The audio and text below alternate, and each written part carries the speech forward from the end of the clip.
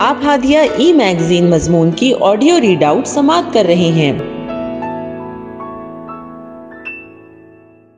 سامعین السلام علیکم ورحمۃ اللہ وبرکاتہ۔ میں ادیبہ مسکان ہادیہ کا شمارہ نومبر 2022 کے مضمون کی آڈیو پروگرام میں آپ کا استقبال کرتی ہوں۔ آئیے ہم اس کا آغاز ہادیہ کے زمرہ اولاد کا مستقبل آپ کے ہاتھ، جس کا عنوان ہے نومولود کی دیکھ بھال، صحت اور غذا، اور اس کی رائٹر ڈاکٹر نازنین سعادت ہے۔ شادی کے بعد ایک جوڑے کے لیے سب سے مسرت بخش لمحہ وہ ہوتا ہے جب ان کے ازدواجی زندگی کے نئے نویلے گلشن میں ایک پھول کھلتا ہے۔ ہر جوڑے کو اس کا بے چینی سے انتظار رہتا ہے کہ ایک نیک خواہش ہے۔ بچہ اللہ تعالیٰ کا ایک انتہائی خوبصورت اور نہایت قیمتی تحفہ ہے۔ اللہ کے برگزیدہ پیغمبروں نے اولاد کی تمنا کی اور اس کے لیے دعائیں کی۔ اس لیے حضرت حسین رضی اللہ تعالیٰ عنہ نے والدین کو مبارکباد دینے کے لیے یہ معنی خیز دعا سکھائی ہے۔ بارک اللہ لک فی المقبل لک وشکرت الوفاء وبلغ ارشدہ ورزقت برہ۔ جو اولاد آپ کو عطا ہوئی ہے اسے اللہ آپ کے لیے بابرکت بنائے۔ اولاد عطا کرنے والے کے شکر کی آپ کو توفیق ہو۔ یہ نومولود بھرپور عمر کو پہنچے اور اس کی بھلائیوں سے آپ مستفید ہوں۔ بچہ جہاں اللہ کا انعام اور اس کا ایک حسین تحفہ ہے، وہیں والدین کے لیے ایک بڑی آزمائش بھی ہے۔ ہر بچہ منفرد صلاحیتیں اور خصوصیات لے کر آتا ہے اور بے پناہ کمالات کے امکانات لے کر آتا ہے۔ ہم نہیں جانتے کہ ہماری گود میں کھلنے والا یہ ننھا سا پھول آنے والے زمانے میں کیا کچھ کرنے والا ہے اور اس دنیا کو کیا کچھ دینے والا ہے۔ اس لیے ہر بچہ ہمارے پاس اللہ کی امانت ہے۔ وہ انسانیت کی اور آنے والے دور کی بھی امانت ہے۔ ماں باپ کی یہ ذمہ داری ہے کہ وہ اس کی حفاظت کریں اور اس کو پھلنے پھولنے کی اور ترقی کرنے کے بھرپور مواقع فراہم کریں، جسمانی لحاظ سے بھی، علم و صلاحیت کے لحاظ سے بھی، اور اخلاق و کردار کے لحاظ سے بھی۔ یہی حضرت حسین رضی اللہ تعالیٰ عنہ کی سکھائی ہوئی دعا کا مطلب بھی یہی ہے کہ نومولود کی صحت کی بھی اچھی نگہداشت ہو، تاکہ وہ بھرپور عمر کو پہنچے اور اس کے اخلاق اور صلاحیت کی بھی ترقی ہو، تاکہ وہ بھلائیوں اور خیر کا عظیم الشان سر چشمہ بن جائے۔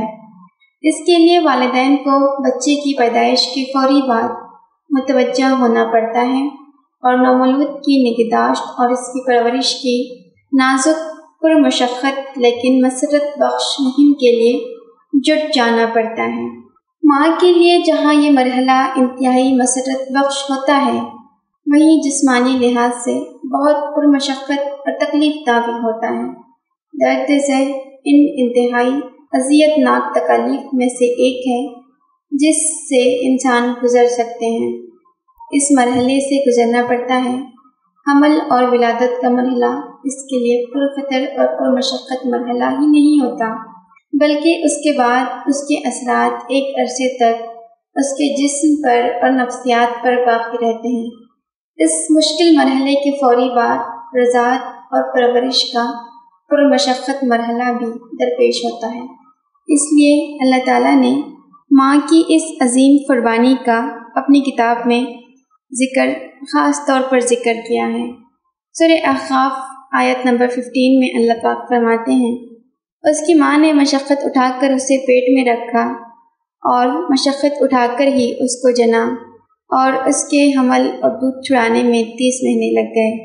سورہ طلاق آیت نمبر 6 میں اللہ پاک فرماتے ہیں، اللہ تعالیٰ نے شوہر کو بھی حاملہ عورت اور دودھ پلانے والی عورت کے ساتھ خصوصی حسن سلوک کی تاکید کی ہے۔ چنانچہ حمل کے بعد ماں کو نومولود پر بھی بھرپور توجہ دینی چاہیے، اور اس معاملے میں شوہر کو اور دیگر ارکان خاندان کو اس کا خصوصی تعاون کرنا چاہیے۔ مثبت طرز فکر اور شکر گزاری۔ بچے کی پیدائش کے بعد سب سے اہم چیز یہ ہے کہ ماں باپ اور گھر کے دیگر افراد خوشی و مسرت کے ساتھ اور اللہ کے لیے شکر کے جذبات کے ساتھ نومولود کا استقبال کریں اور گھر کے ماحول کو خوشگوار اور مثبت بنائے رکھیں۔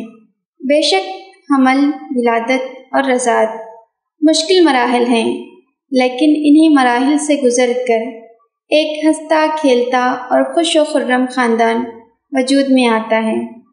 بچہ آپ کے اور شوہر کے رشتے میں پائیداری اور استحکام پیدا کرتا ہے۔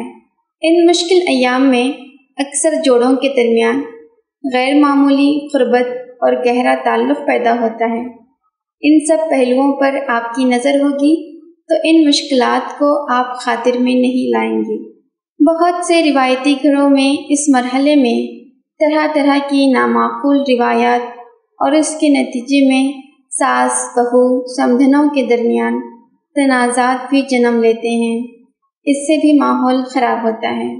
اسلام نے مختلف ارکان خاندان کے حقوق اور فرائض تفصیل سے بیان کر دیے ہیں۔ ان پر نظر رہے اور ان تعلیمات کو صدقے دل سے قبول کیا جائے تو تنازعات کے امکانات نہیں رہتے اور نومولود کو اپنی زندگی کے اولین ایام گزارنے کے لیے خوشگوار ماحول میسر آ سکتا ہے۔ اسی طرح کئی دفعہ غیر منصوبہ بند حمل کے صورت میں اور بعض اوقات لڑکی کی پیدائش پر پیشانیوں پر بل آ جاتے ہیں۔ یہ بھی ایک منفی طرز عمل ہے۔ ہر بچہ اللہ کے حکم سے پیدا ہوتا ہے اور اس کی اسکیم و منصوبے کا حصہ ہوتا ہے۔ بچی کی پیدائش پر ناگواری کو اللہ تعالیٰ نے قرآن میں نافرمانوں کی روش کے طور پر اور ایک سخت ناپسندیدہ طرز عمل کے طور پر بیان کیا ہے۔ سورہ نحل آیت نمبر 58 میں اللہ پاک فرماتے ہیں، جب ان میں سے کسی کو بیٹی کے پیدا ہونے کی خوشخبری دی جاتی ہے تو اس کے چہرے پر کلونس چھا جاتی ہے اور وہ بس خون کا سا گھونٹ پی کر رہ جاتا ہے۔ ایسے نامناسب طرز عمل بھی ماحول کو منفی بنا دیتے ہیں۔ ایسے منفی ماحول بچے پر برا اثر ڈالتا ہے۔ ماں باپ کی کوشش ہونی چاہیے کہ ان کے بیٹے یا بیٹی کو اپنی زندگی کی شروعات کے لیے خوشگوار، پاکیزہ اور صحت مند ماحول فراہم کریں۔ نومولود ولادت کے فوری بعد حمل کے 9 مہینوں کے دوران اللہ تعالیٰ نے بچے کو ماں کے جسم سے ہر وہ چیز فراہم کرنے کا انتظام فرمایا ہے جس کی اسے ضرورت درپیش ہوتی ہے۔ غذا، پانی، آکسیجن، درجہ حرارت پر کنٹرول، جنین کی نشوونما کے لیے درکار تمام ضروری حیاتین و دیگر اجزاء، یہ سب بچے کو خود بخود ماں کے جسم سے ملتے رہتے ہیں۔ جب دونوں جسم الگ ہو جاتے ہیں تو بچے کے جسم کو یہ تمام افعال آزادانہ انجام دینا سیکھنا پڑتا ہے۔ ماں کے پیٹ سے باہر آتی ہی اچانک اسے ایک نئی دنیا کا سامنا ہوتا ہے۔ اس کی حسیات کام کرنا شروع کرتی ہیں۔ طرح طرح کے نئے نظارے اور بے شمار آوازیں اس کی حسیات اس کو متوجہ کرتی ہیں۔ درجہ حرارت کا اتار چڑھاؤ، لوگوں کی حرکات و سکنات اور خود اپنے جسم کی عضلات اسے ششدر کرتے ہیں۔ دل کی دھڑکن کے ساتھ پہلی سانس کی حیرت انگیز ہم آہنگی، خالق کائنات کی قدرت، رحمت اور حسن کی تخلیق کی حیرت انگیز مظہر ہے۔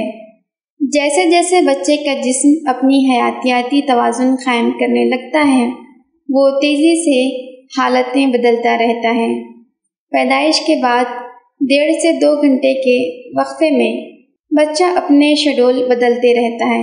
ان تیزی سے بدلتی ہوئی حالتوں پر والدین کس طرح کا رد عمل ظاہر کرتے ہیں، اس سے بچے کی بات کی نفسیاتی اور سماجی نشوونما کی بنیاد قائم ہوتی ہے۔ پیدائش کے فوری بعد مختلف کیفیات جن سے بچہ گزرتا ہے وہ یہ ہیں۔ نمبر 1، گہری نیند۔ بچہ کسی حرکت کے بغیر خاموشی سے سوتا ہے اور سانس بھی باقاعدگی سے چلتی ہے۔ نمبر 2، ہلکی نیند۔ بچہ حرکت کر سکتا ہے، اس کی سانس بے قاعدہ ہو سکتی ہے، آواز پر چونک سکتا ہے اور نیم خوابیدہ حالت میں اس کے آنکھوں کی پتلیاں حرکت کر سکتی ہیں۔ پیدائش کے فوری بعد بچے ہلکی اور گہری نیند کے مختصر چکروں سے گزرتے رہتے ہیں۔ نوزائیدہ بچے دن میں تقریباً 16 گھنٹے سوتے ہیں اور اس میں سے تقریباً نصف وقت آنکھوں کی پتلیوں کی حرکت والی نیند REM rapid eye movement sleep پر مشتمل ہوتا ہے۔ نمبر 3، غنودگی۔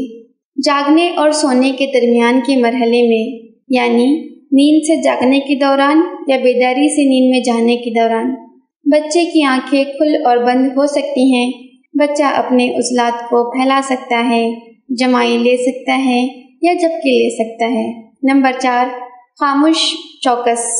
چہرہ روشن، آنکھیں پوری طرح کھلی ہوئی اور جسم خاموش۔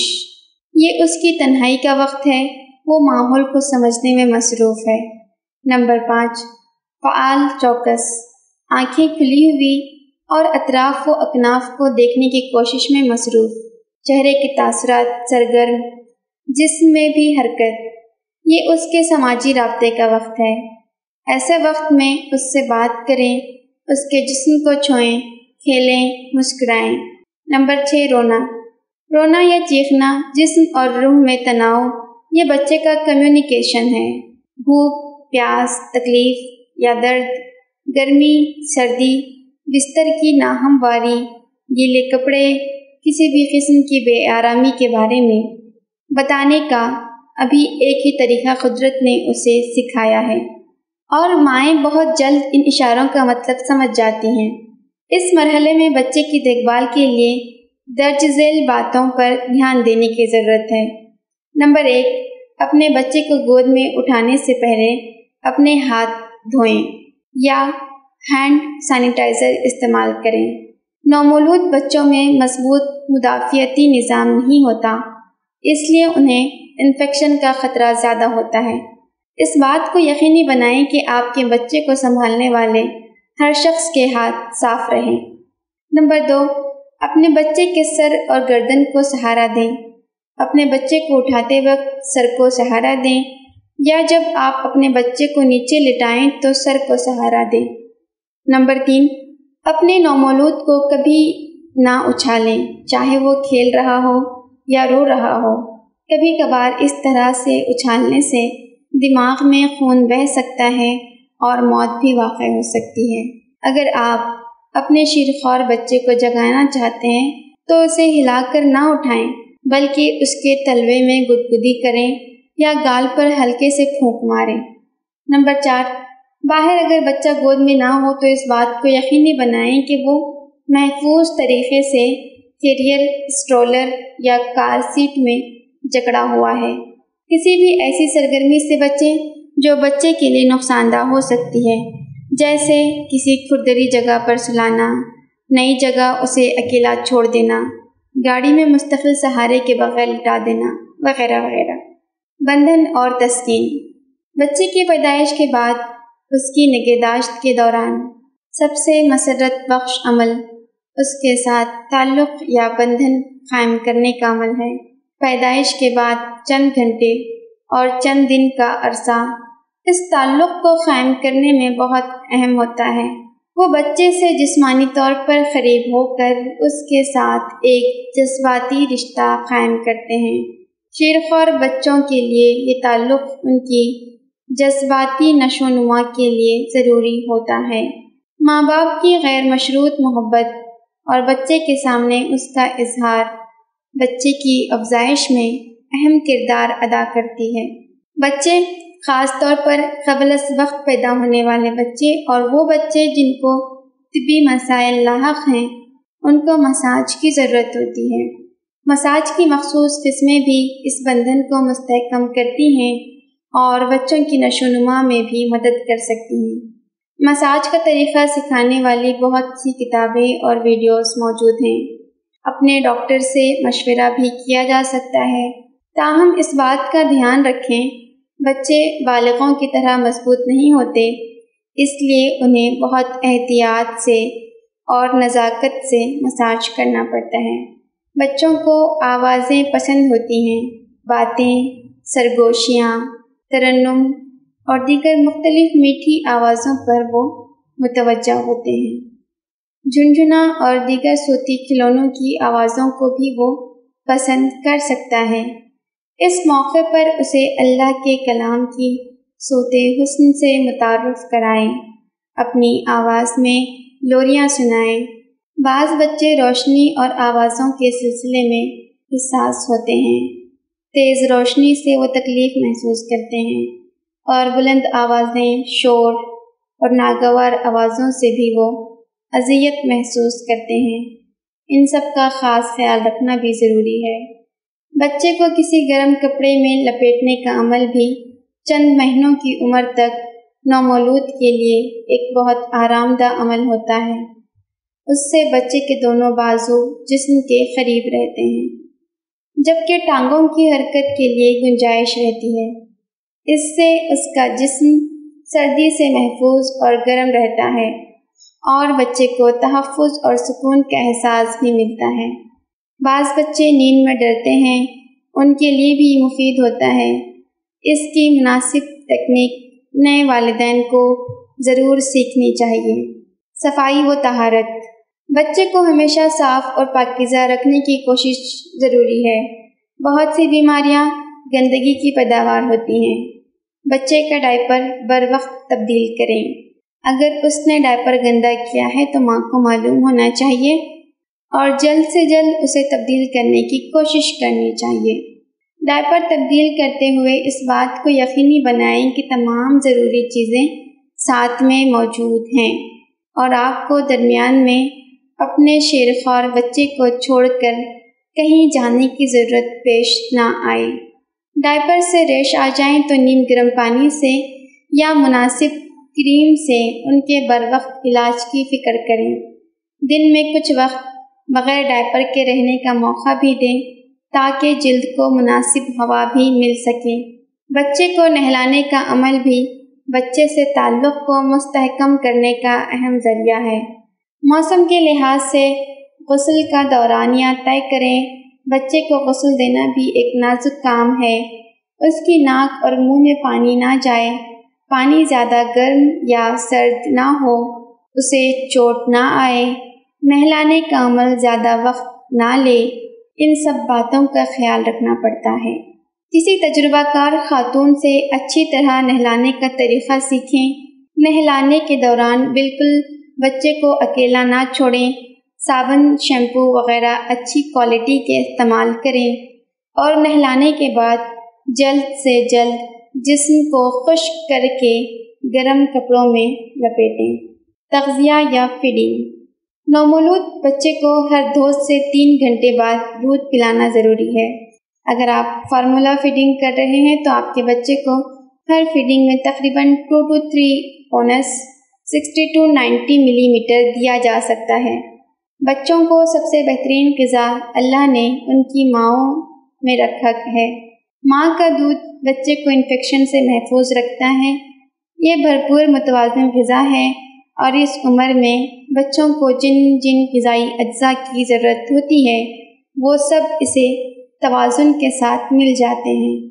اس دودھ میں اللہ نے وہ اینٹی باڈیز شامل کیے ہیں جو بچے کے بہت سے عوارض میں غیر محسوس طور پر ان کا علاج کر دیتے ہیں۔ دودھ پلانے کا عمل خود ماں کے لیے بھی مفید ہے۔ اس سے بریسٹ کینسر کی بہت سی قسموں سے حفاظت ہو سکتی ہے۔ ڈلیوری کے بعد بڑھنے والا وزن نارمل رہتا ہے۔ حمل کے درمیان مناسب وقفہ قائم رہتا ہے اور سب سے اہم بات یہ ہے کہ اس سے ماں اپنے بچے پر گہرے اثرات مرتب کرتی ہے۔ ہر ماں جب بچے کو دودھ پلاتی ہے تو اسے صرف غذا نہیں پہنچاتی بلکہ اپنے جذبات، احساسات، اپنے خواب اور آرزوئیں بھی اس کے لاشعور میں منتقل کرتی ہے۔ ایک مسلمان ماں اپنے دودھ کے ساتھ اپنے بچے کو پختہ ایمان، پاکیزہ اخلاق، صالح جذبات اور دعائیات بھی کھول کر پلاتی ہے۔ اس لیے دودھ پلانے کو ایک مقدس فریضہ سمجھنا چاہیے۔ نومولود کی دیکھ بھال۔ تناؤ کے شکار والدین کے لیے 10 نکات۔ 24 گھنٹے نومولود کی دیکھ بھال آپ کی زندگی میں اتھل پتھل مچا دیتی ہے۔ نومولود والدین کی زندگیوں میں جوش و خروش کا طوفان بھی لاتا ہے اور تناؤ اور تھکاوٹ کے دسیوں اسباب بھی پیدا کرتا ہے۔ اس تناؤ سے بچنے کے لیے درج ذیل 10 تجاویز پر عمل کیجیے۔ نمبر 1، اپنا خیال رکھیں۔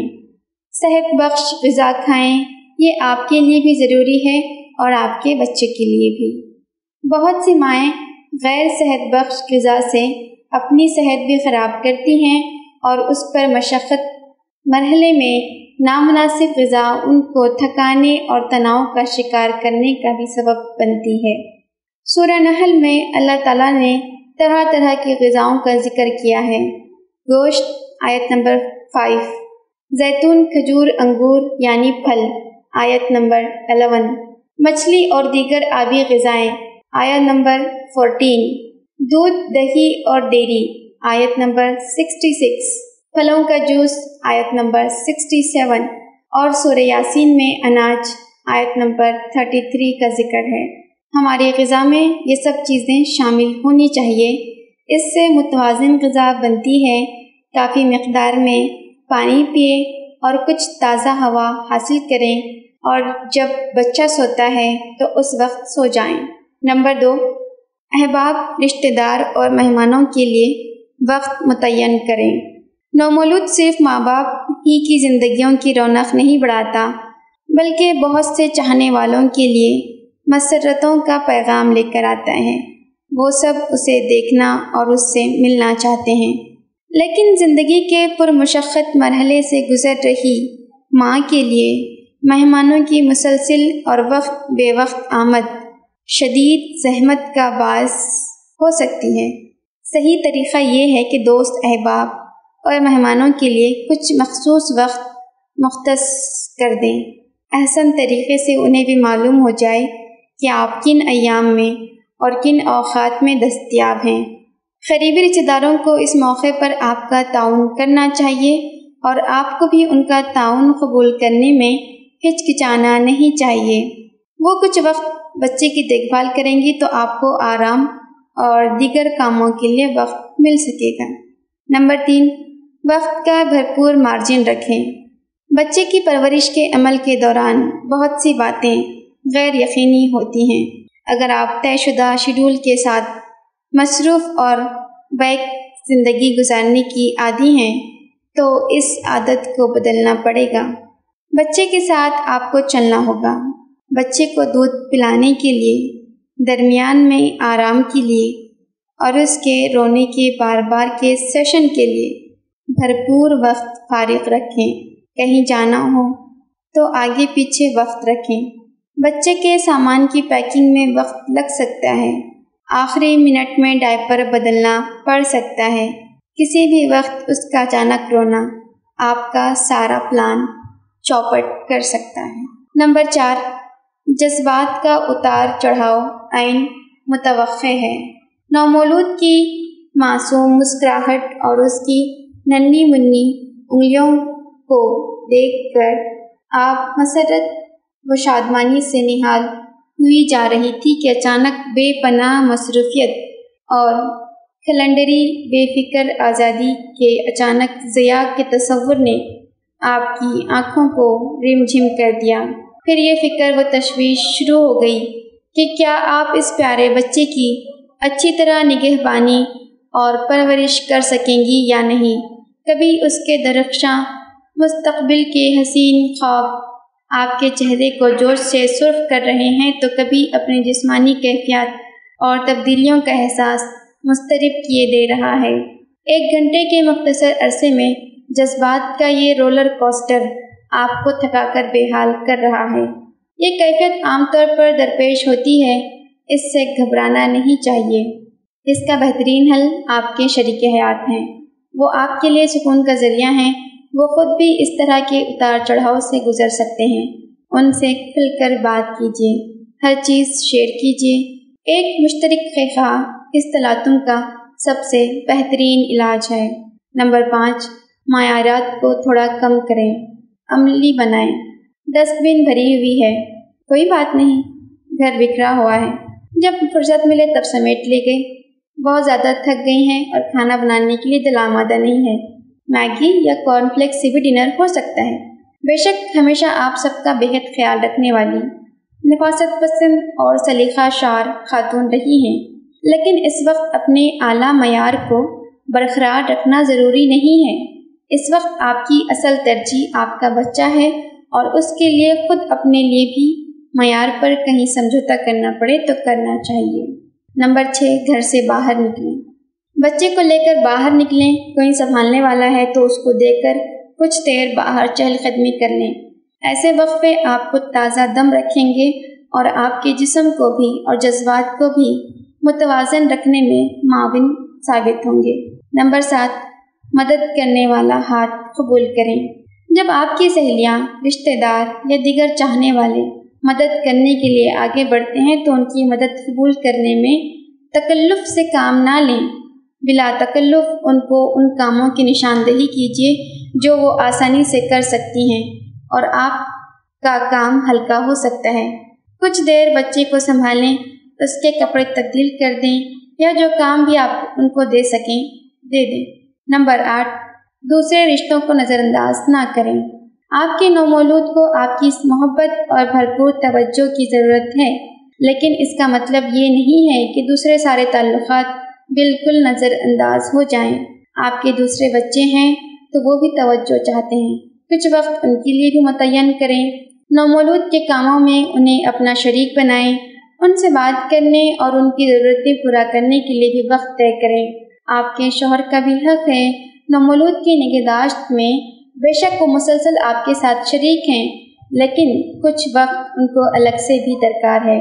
ان سب باتوں کا آپ خیال رکھیں گی تو نومولود کی پرورش کا عمل آسان تر اور پورے گھر کی یکساں دلچسپی اور یکساں جوش و خروش کا مرکز بنے گا۔ نمبر 9، کب مدد کی ضرورت ہے اسے سمجھیں۔ نومولود کی پرورش ایک چیلنج ہے، اس میں قدم قدم پر آپ کو رہنمائی کی اور مدد کی ضرورت پیش آ سکتی ہے۔ کب اپنے شوہر کی مدد لینی ہے، کب ساس، ماں یا کسی تجربہ کار خاتون کی مدد لینی ہے، کب ڈاکٹر سے بات کرنا ہے اور کب کسی کاؤنسلر کی مدد کی ضرورت ہو سکتی ہے، یہ باتیں آپ کو معلوم ہونی چاہیے اور ایسی مدد کی ضرورت ہو تو بر وقت مدد حاصل بھی کرنی چاہیے۔ اس میں تکلف یا تاخیر آپ کی مشکل بڑھائے گی۔ نمبر 10، اللہ سے تعلق بنائے رکھیں۔ آخر میں سب سے اہم بات، اللہ سے مضبوط تعلق بنائے رکھیں۔ یہ بچہ اللہ کا انعام ہے اور اللہ کی جانب سے امتحان ہے۔ اس امتحان میں سرخ روئی اس کی نصرت سے ممکن ہے۔ اللہ پر توکل، اس کا ذکر، اس سے استعانت اور دعا مومن کی سب سے بڑی طاقت ہے۔ اس طاقت کو بھرپور طریقے سے استعمال میں لائیے۔ قرآن مجید میں انبیاء کی اپنی اولاد کے لیے دعائیں مذکور ہیں، ان دعاؤں کو بار بار پڑھیے، وہی خواب اپنی آنکھوں میں سجائیے۔ ایک مومن کی پرورش کے اس عمل کو مقدس عبادت سمجھیے۔ یہ یقین رکھیے کہ اگر اللہ کی مرضی کے مطابق اسے یاد کرتے ہوئے آپ نے اپنی ذمہ داری نبھائی تو انشاءاللہ اس مرحلے کا ہر لمحہ آپ کے لیے اجر کا باعث اور آخرت کا توشہ بنے گا۔ ہادیہ مضمون کی آڈیو سماعت کرنے کے لیے شکریہ۔ امید ہے کہ آپ کو پسند آیا ہوگا۔ ہمیں آپ کے مشورے کا انتظار رہے گا۔ اپنا مشورہ، تبصرہ اور مضامین editor@hadia.in پر ارسال کریں اور ہادیہ ای میگزین کے مضامین کو پڑھنے کے لیے ویب سائٹ www.hadia.in سبسکرائب کریں۔ انشاءاللہ ہم اگلے ہادیہ ای میگزین کے شمارے سے دلچسپ مضامین کی آڈیو لے کر حاضر ہوں گے۔ تب تک کے لیے اجازت، اللہ حافظ۔